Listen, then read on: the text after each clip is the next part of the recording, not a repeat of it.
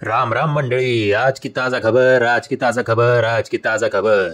मंडळी, आम्ही लहान असताना शक्तिमान ही मालिका केवढी लोकप्रिय होती हे काही मी नव्याने सांगायची गरज नाहीये. जर मला प्रॉपरली आठवत असेल तर आय थिंक सुरुवातीला ही मालिका फक्त रविवारी सकाळी यायची. मग हळूहळू शनिवार रविवार, मग आय थिंक सोमवार ते शुक्रवार असं काहीतरी या मालिकेचं त्याची लोकप्रियता पाहता या मालिकेचे एपिसोड जे आहेत ते वाढवले गेले. आणि आता सुद्धा जेव्हा मी बोर होत असतो तेव्हा आता ऑनलाईन काय बघायचं बाबा, काहीच नाहीये, तर अमेझॉन प्राईमवर शक्तिमानचे सगळे एपिसोड्स अवेलेबल आहेत. सो तुम्हाला सुद्धा शक्तिमान ही काय चीज होती हे जर स्वतःच्या मुलांना दाखवायचं असेल तर अमेझॉन प्राईमवर तुम्ही याचे सगळे एपिसोड्स बघू शकता.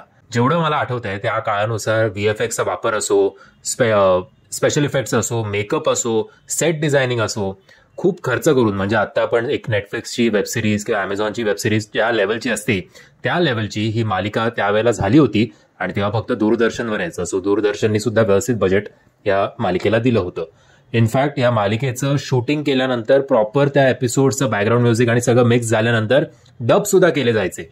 म्हणजे तेव्हा मालिकांमध्ये किंवा आत्ताच्या मालिकांमध्ये डबिंग हा प्रकार नसतो, पण शक्तिमानला व्यवस्थित खर्च आणि टाइम देऊन ही मालिका जी आहे ती आपल्यासमोर सादर करण्यात आली होती. आणि जेव्हा माणूस खूप श्रद्धेने आणि खूप मेहनतीने काही सिनेमा असेल, मालिका असेल किंवा नाटक असेल आपल्यासमोर आणतो तेव्हा प्रेक्षक नक्कीच त्याला प्रतिसाद देतात.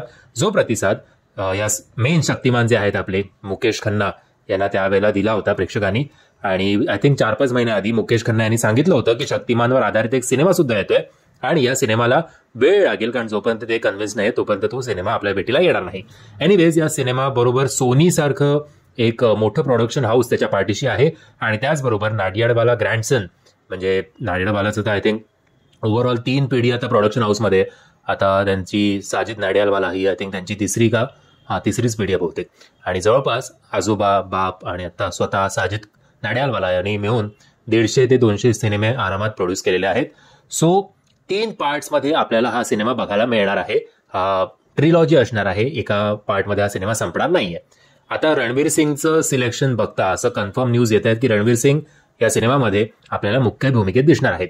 त्याला कितीही ऑफ कॅमेरासाठी त्याचं जे काही वागणं असेल, त्याला कितीही ट्रोल करा, पण ऑन कॅमेरा तो ज्या प्रकारे प्रत्येक वेगवेगळे कॅरेक्टर्स आपल्यासमोर उभे करतो त्याला काही तोड नाही. आणि एस्पेशली शक्तिमान एवढंच कन्व्हिन्सिंगली तो गंगाधर ही व्यक्तिरेखा सुद्धा साकारेल आणि खूप मजा आणेल गंगाधर म्हणून.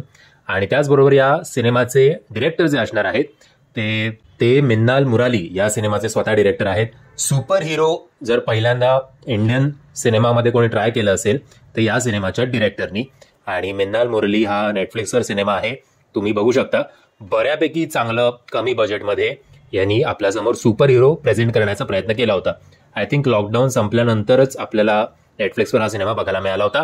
जर तुम्ही तो बघितला नसेल तर मी तुम्हाला विनंती करतोय की आवर्जून तो सिनेमा बघा. त्याचबरोबर तालिश काय नाव त्याचं, त्याचबरोबर तमराज किल्विश ही जी खलनायकाची भूमिका